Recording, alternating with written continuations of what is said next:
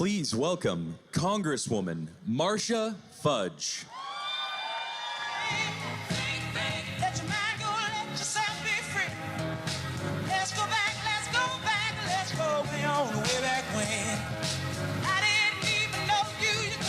Too much more than 10. I ain't no psychiatrist, I ain't no doctor with degrees, but it don't take too much time to see what you're doing to me. You better think about what you're trying to do to me. Woo! How is everybody? Listen, you tell these people they better think before they mess with Cuyahoga County, because we get ready to bring it home. I told them when they landed, they had just arrived in the best location in the nation. We're going to win this election because we're going to win it right here in this county. So if these people think that they can keep us from voting, you better tell them they better think, because we are going to vote. If they think that they can cheat us in any way, you tell them they better think. And let me just say this. I have been all over this country, but there is no place like this, because we are the people that will get it done. They can talk all they want. It's time for us to act. Not just think, but act. Anybody that hasn't voted, you get them out. And you tell them, don't make me have to come look for them, because I am not playing. So I just want you to know that this is the time when we are getting ready to elect a champion. In times like these, we need a champion. Somebody that's going to fight for us when we cannot fight for ourselves. Somebody who's going to stand up for people who are sick, for people who are hungry, for people who are homeless. We have a champion, and she just happens to be a friend of mine. Her name is Senator Kamala Harris. Remember that she is here for such a time as this. We are going to our numbers are going to be so big in Cuyahoga County that we're going to take care of all those places in the southern part of the state that we don't normally win. We're going to win this time. Our numbers are big because everybody is counting on us. I am counting on us. Don't y'all shame me. Let's win this election. Let's win this election. Let's win this election. And let's start early. Make sure everybody early votes. Get your votes back, because on election night, we don't want them to have to wait to figure out who won. We want them to know, because if they win Ohio, we win it all. Senator Kamala Harris. Hey, let your mind go, let yourself be free. Let's go back, let's go way on, way back when. I didn't even know you couldn't have been too much more than 10.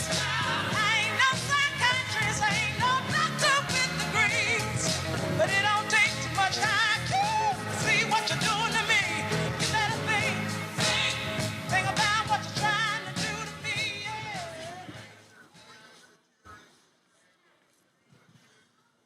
Please welcome Tri-C student and Democracy Fellow, Sebastian Canales.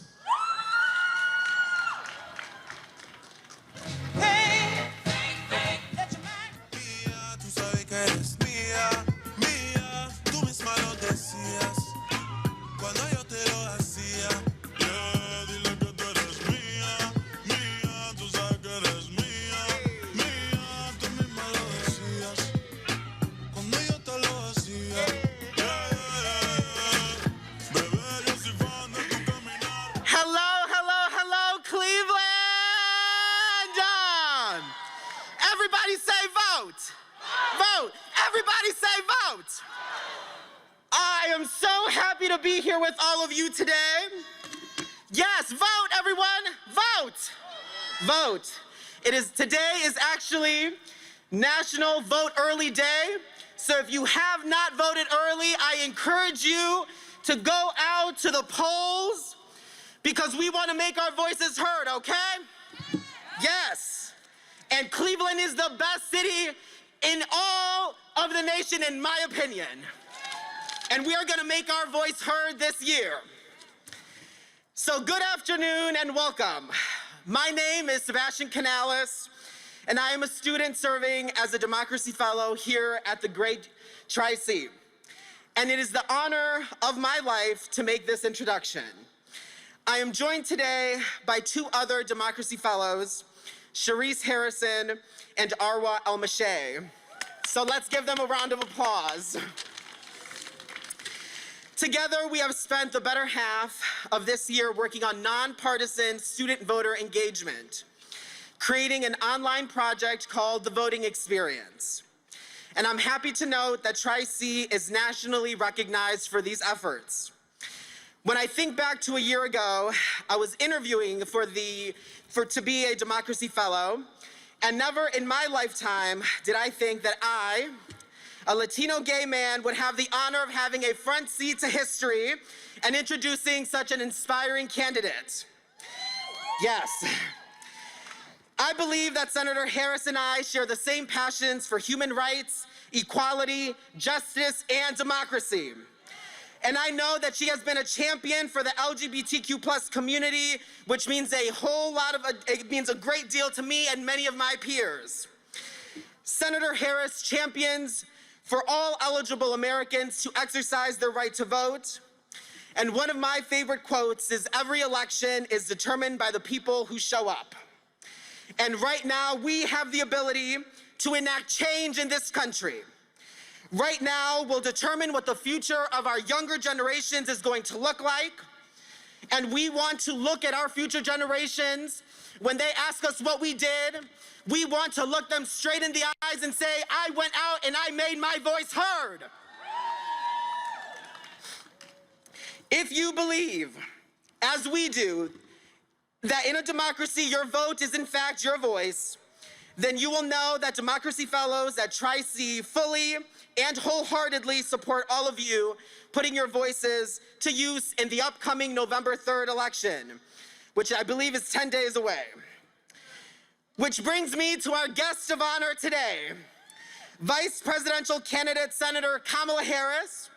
On behalf of the Democracy Fellows and the student staff and faculty at Tri-C, along with the entire state of Ohio, welcome to the place where futures begin. We are so looking forward to hearing what you have to say, Senator Harris. So please join me in welcoming Senator Kamala Harris, candidate for Vice President of the United States of America.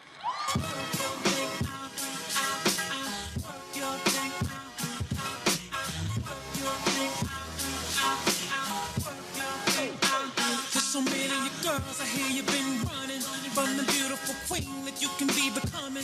You can look in my palm and see the storm coming. Read the book of my life and see I've overcome it. Just because the length of your hair ain't long, and they often criticize you for your skin tone. Wanna hold your head high, cause you a pretty woman. Get your runway stride on and keep it going. Girl, live your life. Just won't be myself. Don't be yourself. Follow me, follow me, follow me. Girl, be yourself. What's up? Look, where is Sebastian? What? Oh, can we give it up for Sebastian Canales? Sebastian, you are amazing. You know, let me just say in front of everybody, this is all of our leaders and our young leaders. This is what it is about. When I look at them, I know our future as a country is bright. Can we please give it up for all of our young leaders and everyone? It is so great to be in the Tri-C and to be with everyone here. I want to thank Marsha Fudge. Where is Marsha? There you are. Marsha Fudge, listen, let me just tell you, I've been in the United States Senate now about almost 4 years. Marsha Fudge is a force. Marsha Fudge is a force. I know she is a leader in Ohio, but let me tell you, everyone recognizes Marsha Fudge's leadership as a national leader, and Marsha makes it clear, anybody want to win that White House, you're coming through me, she'll say. You're coming through me. And she's right, because it is here in Cleveland and Cuyahoga County that you make the decisions, that you are part of the leadership that decides who will be in the White House. And let us remember, the White House is the people's house. It is the people's house. It's not Donald Trump's house, it's the people's house. And we, the people, will make a decision about who has the microphone that makes the decisions that impact our lives every day. The people will make the decision because the power is indeed with the people. And I want to thank you all for everything you are doing. We were out and visiting with folks who are engaged in early voting. People are standing in line. They've been in line for hours because we know our power and we are not going to let anyone take our power from us. And we know there is so much at stake in this election, guys. There is so much at stake. Look at where we are. We're right in the middle of dealing with a nation that is in the midst of 4 crises that are occurring simultaneously. We are in the midst of a public health crisis. Have a seat. Go on and have a seat. If you feel like sitting, go on. And then get up and stand up from time to time, too. We are in the midst of a public health epidemic that has taken the lives of over 220 million Americans in just the last several months, many of whom in their last days on this earth, because of the nature of this virus, could not be with their family, could not be with their friends, who could not touch the hand or look in the gaze of someone they love. We are looking at a nation where over 8.5 million people have contracted this virus. Doctors are telling us, scientists are telling us, with unknown long-term consequences, health consequences, because of this virus. A public health pandemic, the nature of which we have never seen, a mass casualty event in the United States of America, unlike what we have seen since World War II. And let's put it in context. Thanks to Bob Woodward, back on January 28th, we know Donald Trump was informed about the nature of this virus. He was told it will kill people. He was told it is airborne. He knew it could impact young people. He knew it was 5 times more deadly than the flu. And he sat on that information and did not tell the American people. Can you imagine what you as a parent, as a grandparent, as a small business owner, how you could have prepared if on January 28th, you knew what this was going to be? Because remember, even before January 28th, folks weren't doing so well. Even before then, we knew most American families have less than $1,000 in life savings. Even before then, we knew folks were working 2 and 3 jobs to try and pay the rent and put food on the table. And by the way, in Joe Biden and my America, we believe nobody should have to work more than 1 job to have food on the table and pay their rent. Can you imagine what folks would have been able to do if they knew what Donald Trump knew? But he didn't tell anybody. Instead, he lied. He lied to the American people. He mocked the seriousness of it. He called it a hoax. He suggested that he keeps it an agenda that determines which side of the ledger you're on based on whether you wear a mask or not. If you don't wear a mask, you're with him. If you wear a mask, you're not. Can you imagine? The President of the United States, who is also the Commander-in-Chief, who has as his highest and most important responsibility to concern himself with keeping the American people safe. But yet we had a person who looks in the mirror, and that is where he informs his priority, instead of looking in the faces of the American people. And so we find ourselves in this moment of crisis, where in Ohio, we are looking at 1 in 10 families who is concerned that they don't have enough food to put on the table to feed their family. Where in Ohio, we are looking at 1 in 6 families that either could not or are concerned they cannot pay the rent by the end of the month. Where in Ohio, 1 in 5 businesses has shut with no prospect of being able to reopen. We are looking at a failure of an administration like we have never seen in the history of presidential administrations in our land. And from the public health crisis, we also have endured an economic crisis that is being compared to the Great Depression. Over 30 million people in just the last several months had to file for unemployment. Folks in Ohio and across the country have been driving to or standing in food lines for hours praying that by the time they get to the end of the line, there will still be food left. In America today, 1 in 5 mothers is describing her children under the age of 12 as being hungry. We're not covering it enough in the press, but we're in the midst of a hunger crisis in America. We're looking at the fact that almost half of American workers either work for a small business or own a small business. And those doors have been shuttered. But we have a Donald Trump who walks around and says, oh, we're turning the corner on this. He just said that this week. The nerve for him to think the American people aren't smart enough to see what's going on in their own families and neighborhoods, much less in what's going on in the country. And you know, on the economy, as on every other issue, there are 2 clear choices in this election.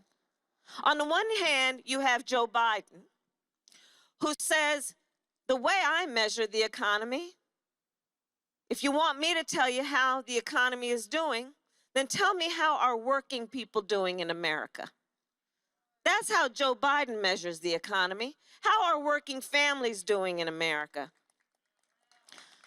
Which is why in a Biden-Harris administration, 1, taxes will not be raised on anyone making less than $400,000 a year, but it doesn't stop there. There will be middle-class tax cuts, but in addition, we know that folks need support, that working families should not and therefore will not in a Biden-Harris administration pay more than 7% of their income in child care. We know that one of the greatest ways that any American family achieves economic health and intergenerational wealth is through home ownership. So we will have, for every first-time home buyer, a $15,000 tax credit to help you with down payment and closing costs to be able to buy a home. We know for our college students, so many of our students cannot graduate because they can't afford tuition, which has nothing to do with their God-given capacity to be national and international leaders. So Joe Biden and I say and commit, if you come from a family that makes less than $125,000 a year, you go to a 4-year state college for free or an HBCU, public or private, for free. And when you graduate, if you go on to take a job that is about public service, community service, the kind of jobs that pay less than $125,000, we will erase your debt. Because we understand that's how you build up the economy. So you have Joe Biden on the one hand, and then you have Donald Trump. And when you ask him, how's the economy doing, you know what he says? Oh, the economy is great. The economy is great, he says. And then you ask him, well, how so are you measuring this so-called greatness of this economy of yours? And he talks about the stock market. Because you see, Donald Trump measures how well the economy is doing based on how rich people are doing. That's why he passed that tax code, but that tax bill benefiting the top 1% and the biggest corporations in America. Well, let me tell you something. Joe Biden and Kamala Harris are about to get rid of that when we get elected. And that money is going to be invested in working people. So we're in the midst of a public health crisis, an economic crisis, and a long overdue reckoning on racial injustice in America. And on this issue, let's be clear. Again, 2 very clear choices. On the one hand, you have Joe Biden, who has the courage and the commitment and the knowledge of America's history to speak the term Black Lives Matter.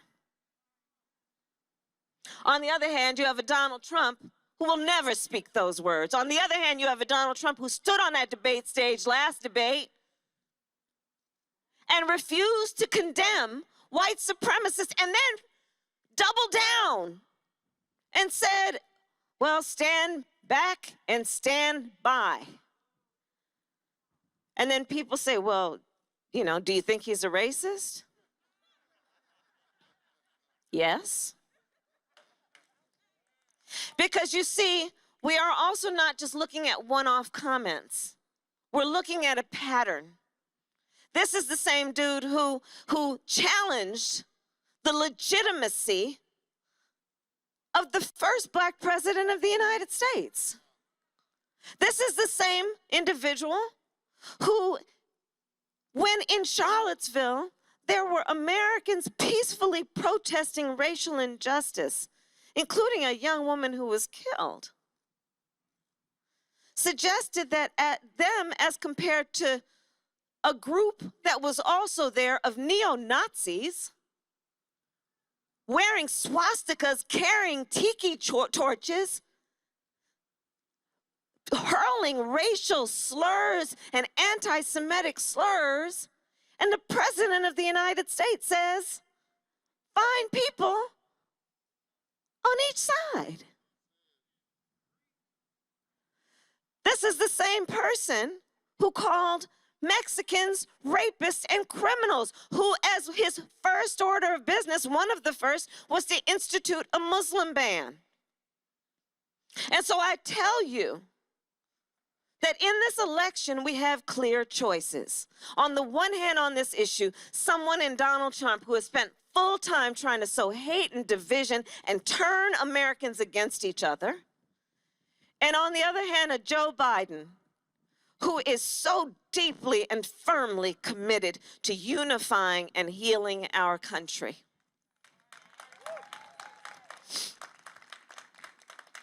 There are clear choices.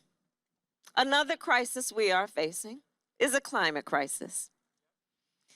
Y'all know I come from California. Well, I was born in Oakland, California, a little ways from here. The western part of our country, from California to Oregon to Washington, has been burning. Wildfires, displacing homes and families. There are firefighters that have perished fighting those fires. On the Gulf Coast, all those states, we've seen storms that are battering those communities, demolishing neighborhoods. In the Midwest, we have seen farmers that have lost whole seasons of crops because of the floods. And there is a clear choice on this issue. On the one hand, you have Joe Biden, who says, I see the crisis at hand. I understand the responsibility of leaders today to save and protect tomorrow. I understand the need to embrace science and invest in renewable energies and building back up America's infrastructure. In a way, we do that, and it will also be about creating millions of jobs. I see that there is no such thing as a false choice on this. You can care about the environment and build up the economy and create millions of jobs. That's what we have with Joe Biden. And on the other hand, we have Donald Trump, who, when asked about the wildfires in California, so he was asked, and the reporter said something like, you know, science is telling us, scientists and science is telling us that these extreme changes in the climate are contributing to these wildfires, possibly causing them. You know what the President of the United States responded? Science doesn't know. This is a grown man. Science doesn't know. And if it weren't so funny, we might understand that we deserve better. We deserve so much better. The people of our country deserve so much better. And we can have better. And the election that is going to allow us to make that choice will end in 10 days. And I purposely said "and" because it has started.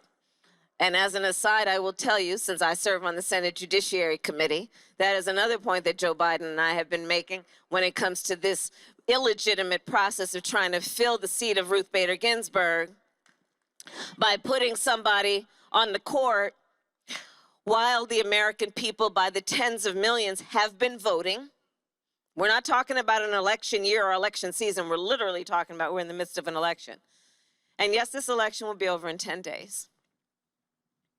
And so before us is a choice. And we have a choice. And it is a clear choice. It is a choice about, as Joe Biden says, fighting for the soul of our nation. It is a choice about protecting our democracy, as battered as it has been in these last 4 years, but understanding that America's democracy will always be as strong as the American people's willingness to fight for our democracy. And we are clearly prepared to fight, and to fight for our ideals, and to fight knowing that those ideals, such as that phrase on the United States Supreme Court, equal justice under law, is worth fighting for. We know we haven't yet reached it, but we know that we can, as long as we are active like we are today, in making sure that we all participate and that we are seen and we are heard.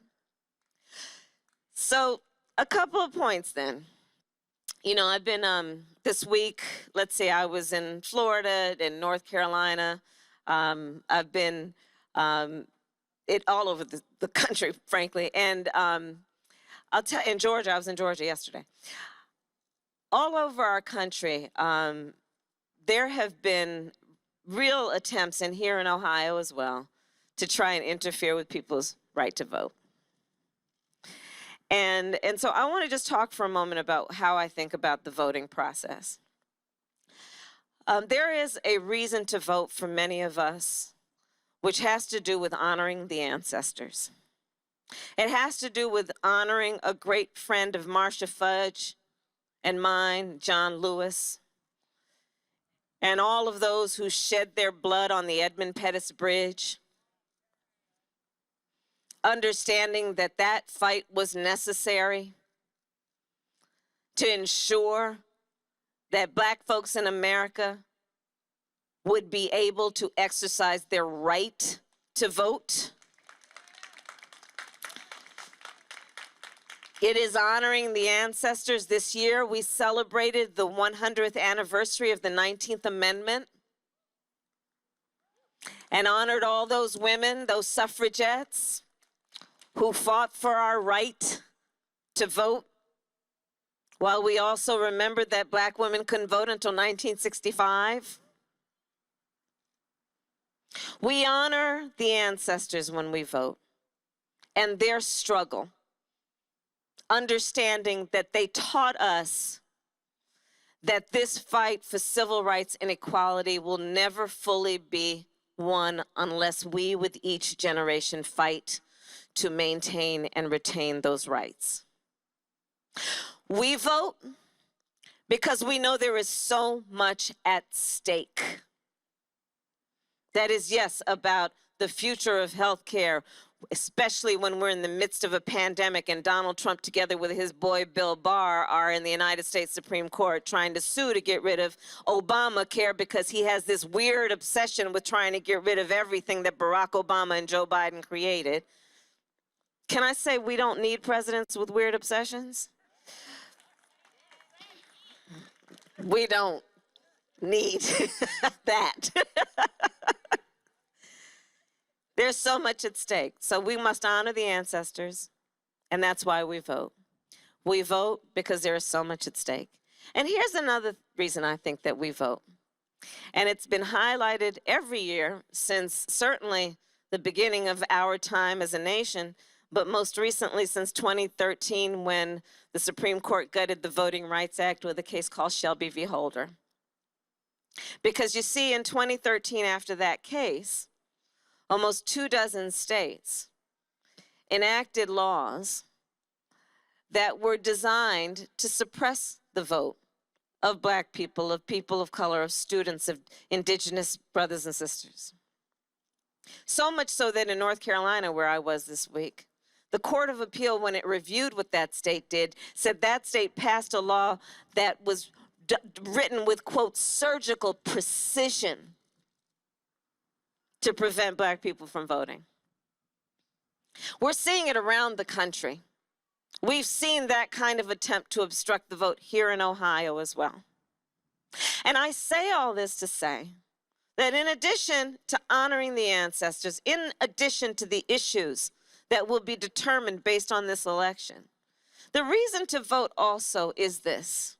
It is one to ask the question, why are all these powerful people going through such an effort to make it difficult or confusing for us to vote? People like the president, who even had the gall, Marcia, to mess with the post office.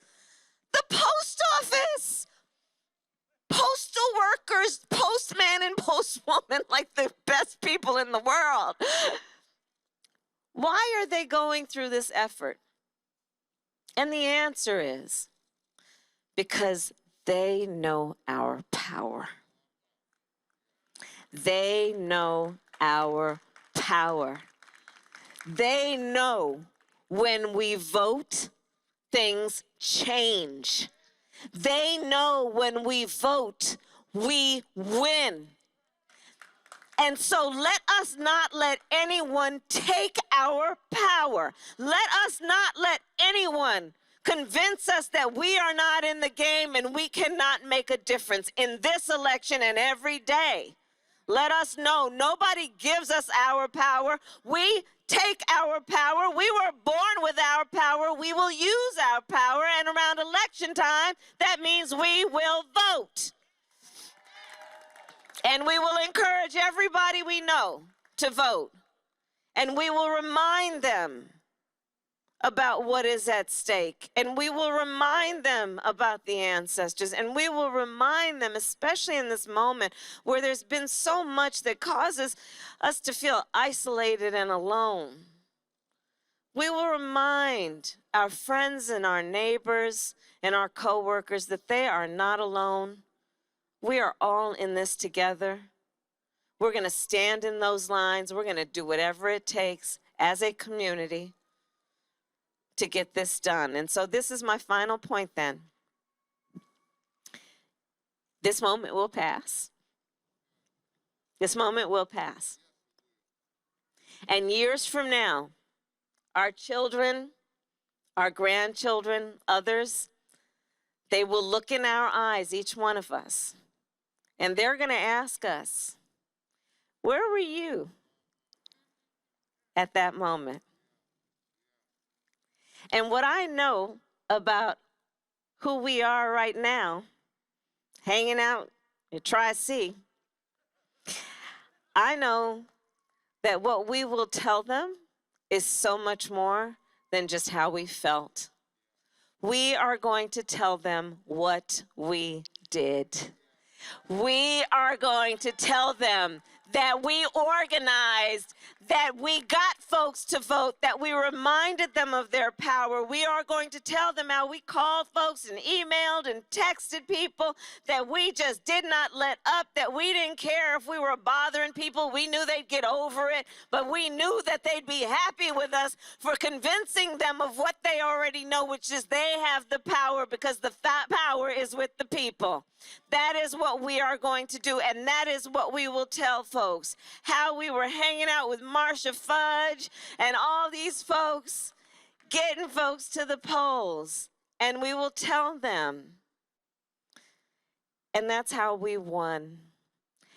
Because we fought, because we love our country, and we believe in what we can do when we stand together and fight together. Thank you, Cleveland. Thank you.